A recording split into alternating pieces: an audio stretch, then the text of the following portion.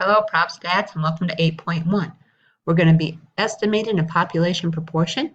We will be using StatDisk a ton to do our calculations, so make sure you have that out and a calculator so you know how to do it both ways. All right, we are going to construct a confidence interval. Let's see if I can get this going here. We go. A confidence interval estimate of a population proportion. And then we're going to say, hey, what does that mean? We're going to interpret it. We're going to identify requirements that are necessary for this to happen, and we are going to determine sample size. And believe it or not, your stats disk does almost all of this for us. Okay, a point estimate is a single value that's used to estimate a population parameter. Now, p hat is the point estimate of the population proportion p. So it means p hat is a sample proportion, and that's what we'll use when we're doing proportion estimates. We will be doing everything from mean and standard deviation throughout this. Okay, some simple things to remember. Sometimes they just give you the answer. A Gallup poll is taken in which 1,487 adults were surveyed. 43% of them said that they have a Facebook page. Based on this result, find the best point estimate of the proportion of all adults who have a Facebook page. Well, here they gave us p hat is 43%, and the proportion and p hat are the same, so the proportion is also 43%. Okay, pause and try yours. All right, you had 14,531 students.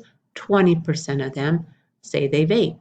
So we know that p hat equals 20%, which means the proportion of the population is also 20%. They are the same, which is very nice about proportions. Not a lot of calculations to do. Okay, a confidence interval is an interval that says, I believe that I'm 95% confident, or 90% confident, or 99% confident that our value will be within this range is what we're looking at here. So a confidence interval, we want to estimate the true value of the population parameter is in this interval. Okay, the confidence level is the probability of A minus alpha. So like if we say we want to be 95% confident, that's a 0.05 is what the alpha is. Okay, the confidence level is also the degree of confidence. We will be using confidence interval, and we will be denoting this by CI almost always. Okay, the following table kind of shows you how this works.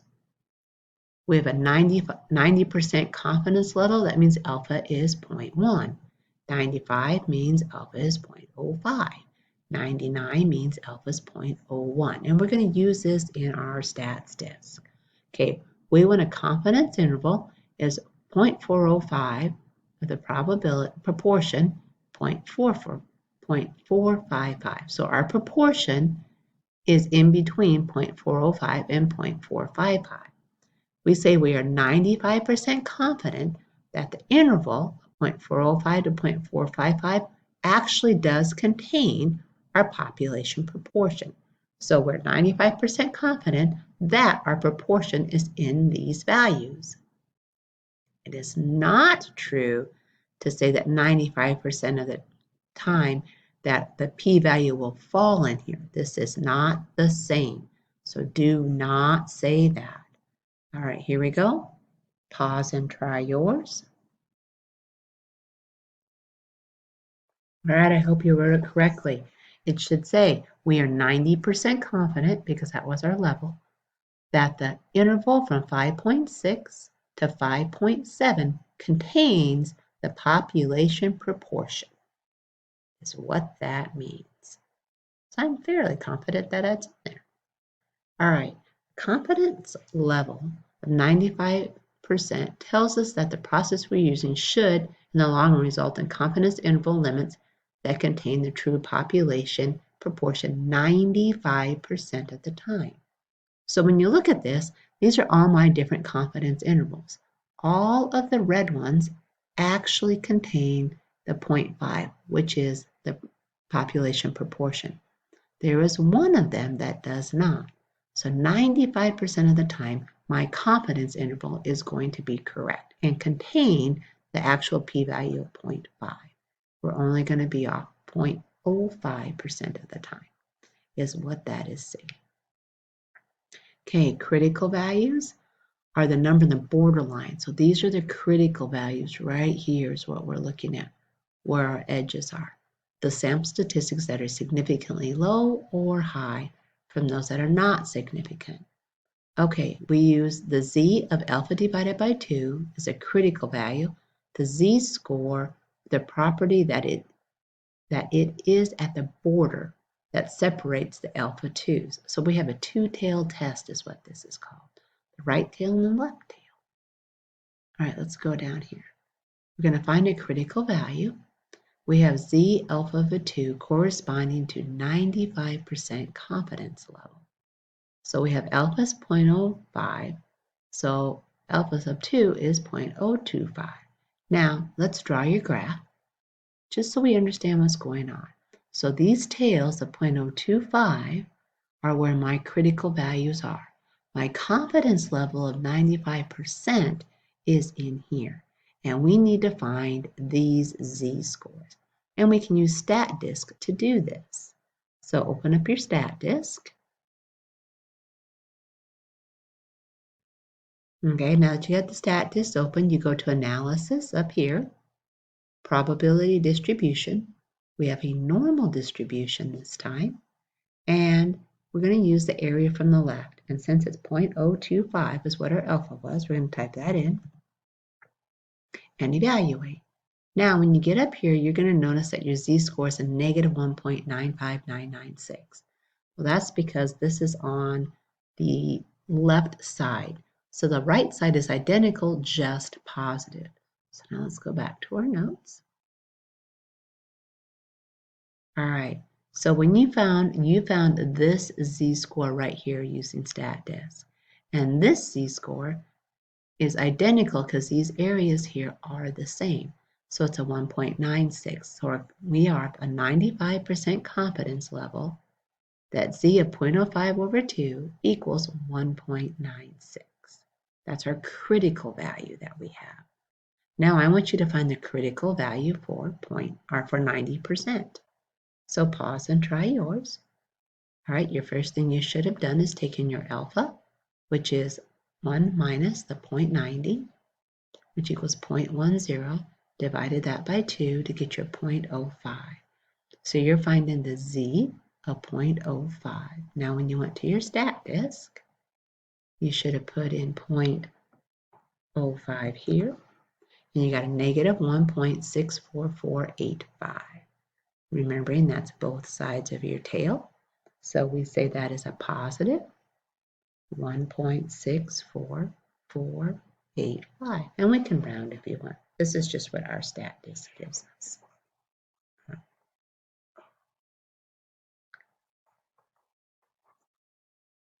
Right there, I thought I forgot to record. All right, these are common critical values, and we use these a lot. So when you have 90%, we use 1.645, 95 is 1.96, and 99 is 2.575. These values never change. So once you have those memorized, you don't have to go to StatDisk to look them up, and we can just use them. And we use those a lot in our calculations. Now, margin of error. So how far off can we be when we're creating our confidence intervals? Here we go. All right, so when you're up here, these are estimate a population proportion is what we're looking for.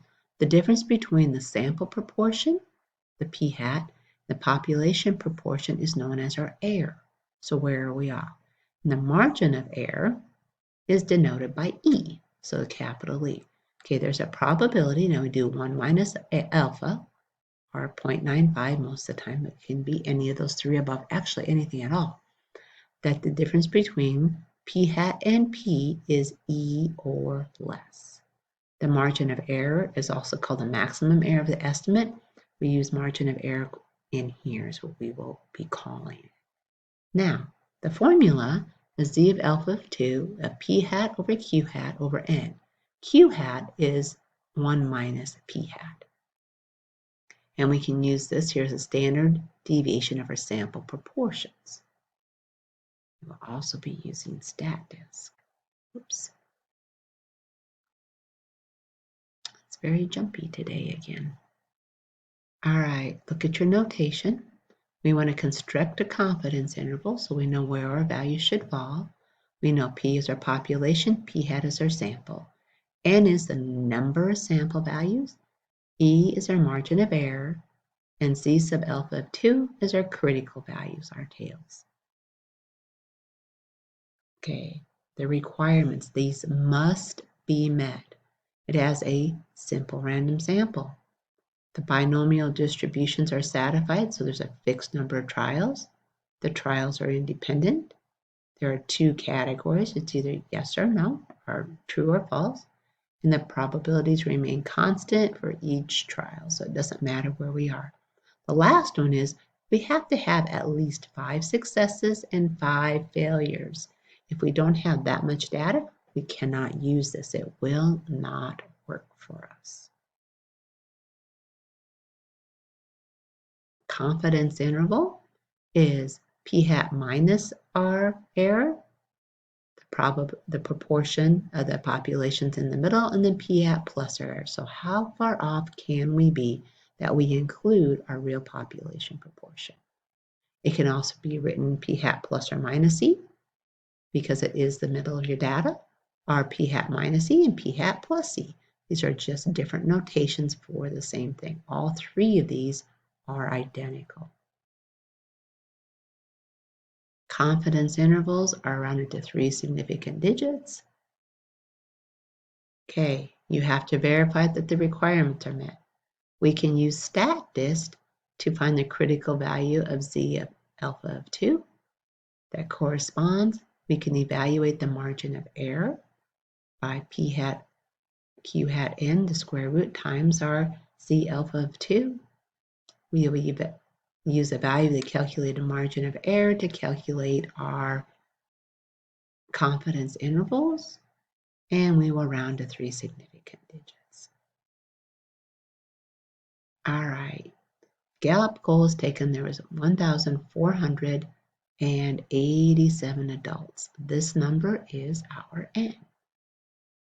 Surveyed and received 43% of them said that they have a Facebook page. This is our P hat.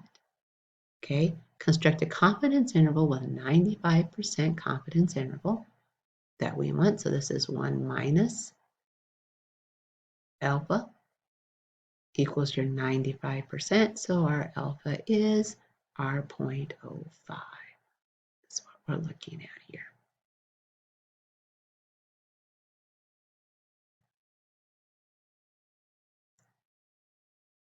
I think I put that in there wrong. I am so sorry. That should say 1 minus. There we go. The 0.95 equals our alpha. And alpha equals the 0.05, which we'll use in our calculation of z. All right, now we got to make sure. Gallup organized the polls. It was a simple random sample. We can tell by the organization. We have 14,860, so there's a fixed number of trials. The trials are independent, so we have fixed. We have independent. There are two categories. It's either yes, they have a Facebook, or no, they don't. And this is for a fixed number of times, so that's met. 43% have Facebook pages, so that is consistent. If we have 639, so we took 43% of this here, so we have over 5. And then 639 of the 1487, so the 484 do not.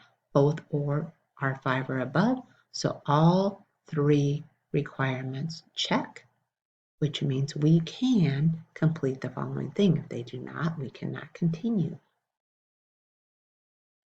All right, we have to calculate the z-score of 0.05 over 2.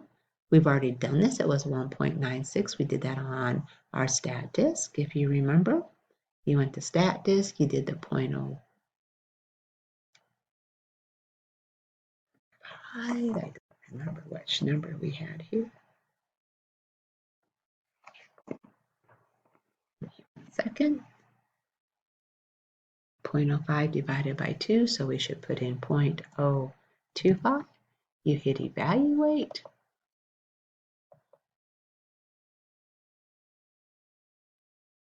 And we get 1.95996, and your book rounds to a 1.96. Remember, we use the positive value of that.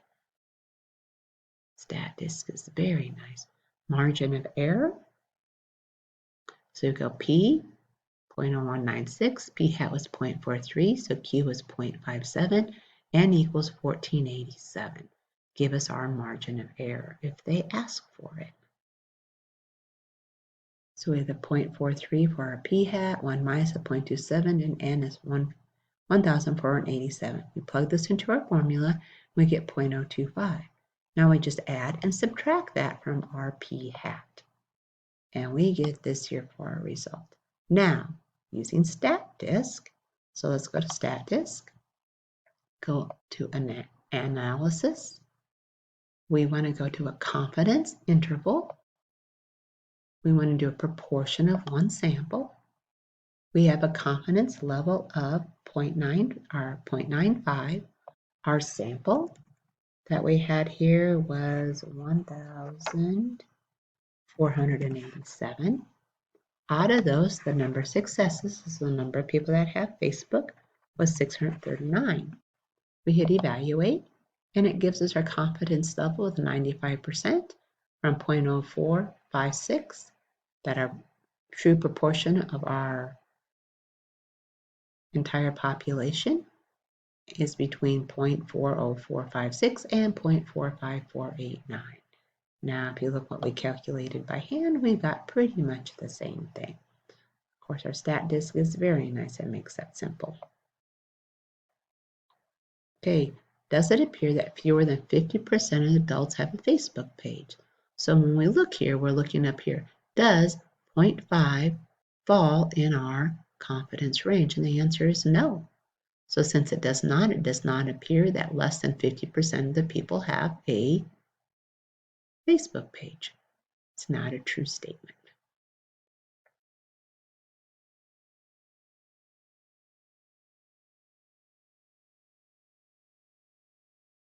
And let's go on here.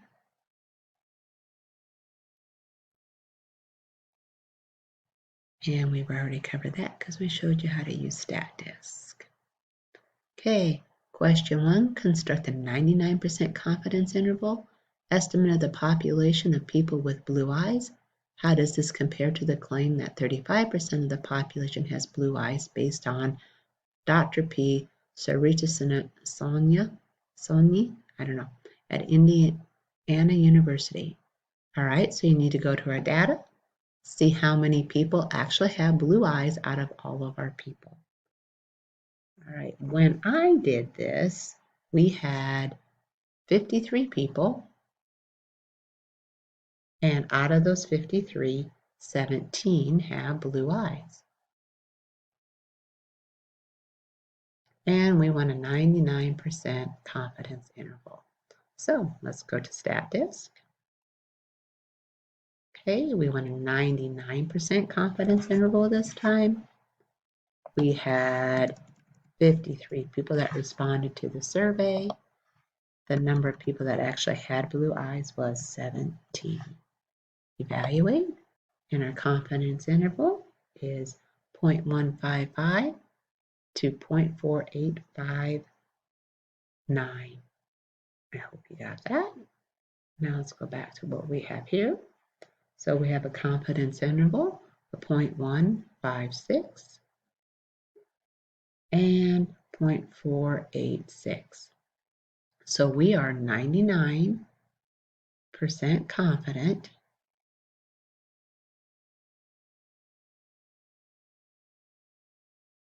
that the population proportion lies between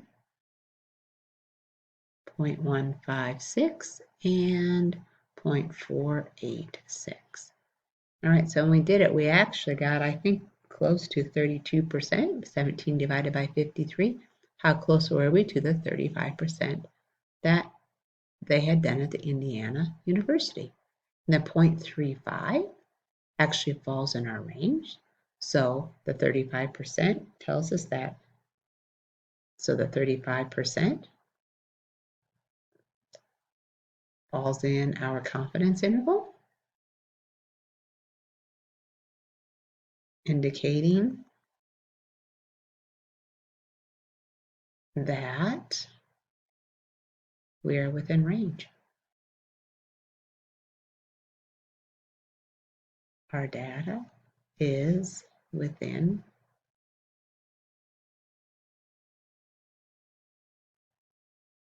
range of Indiana University. I hope you did well with that. All right, let's continue on. Analyzing polls. So when you analyze a poll, there are things to consider. Sample should be a simple random sample, like always, right? So it has to be a simple random sample, nothing's changed. Confidence level should be provided, and the sample size should be provided. So are they lying to us? In relatively rare cases, the quality of poll results depend on the sampling method and the size of the sample, but the size of the population is usually not a factor. So the size of the population does not matter. So in order to calculate this, if I want to find the point estimator, we take the upper and the lower limits and we add them and divide by 2 for p hat. And the error, the margin of error, we just subtract them and divide by 2. And that gives us our margin of error and our p hat. All right, half-dose nicotine patch includes this statement. 70% were abstaining from smoking at 8 weeks with a 95% confidence interval from 58 to 81. Now I want to find the point estimator and the margin of error. All we have to do is we have to add. So we take the 0.81 plus the 0.58, so that comes from here, and divide by 2, and my p hat is 0.695, and then my error, we do the same thing now except we subtract. So the 0.81 minus this divided by 2, and our error is 0.115. So now we know our error and our p hat. So our proportion of the sample.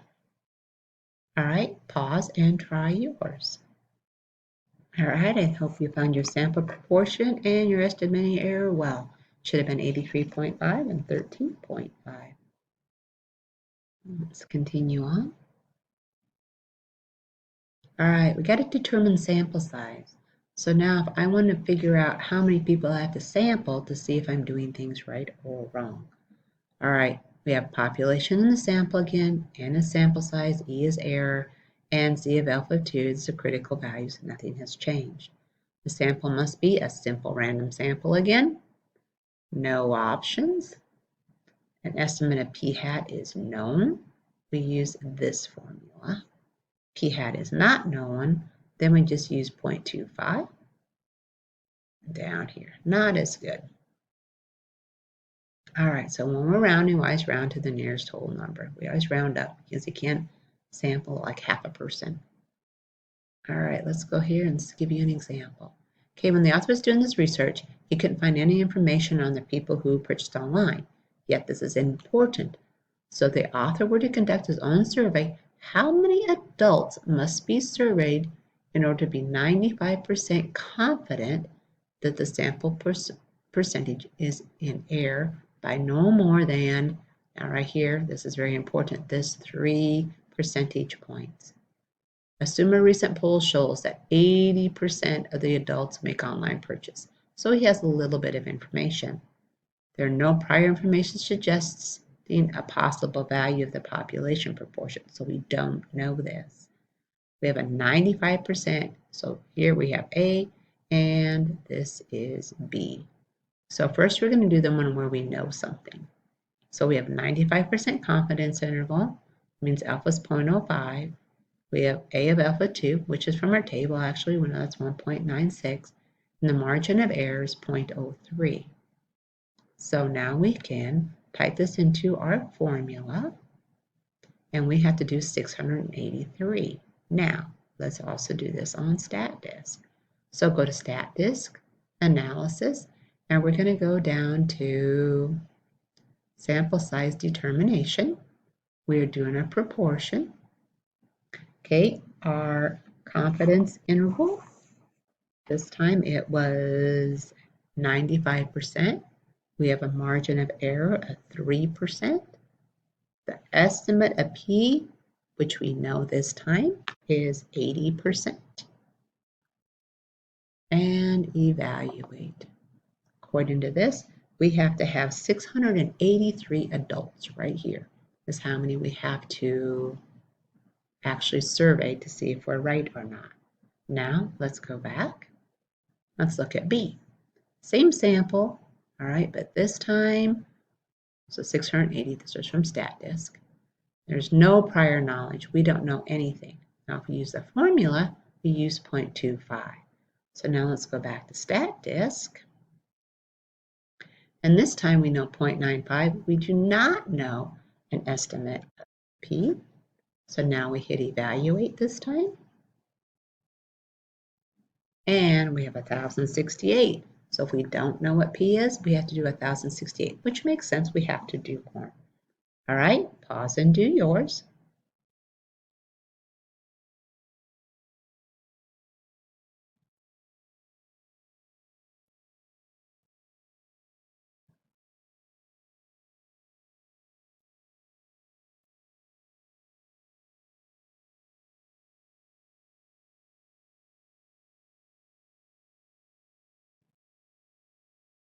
You had a 95% confidence interval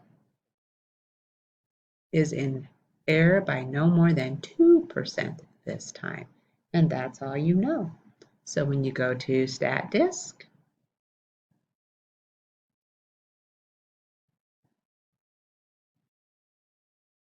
this is not cooperating. StatDisk, instead of 0.3, we have 0.2. We hit evaluate, and you had to do 2,401 people. All right, I hope you did a good job.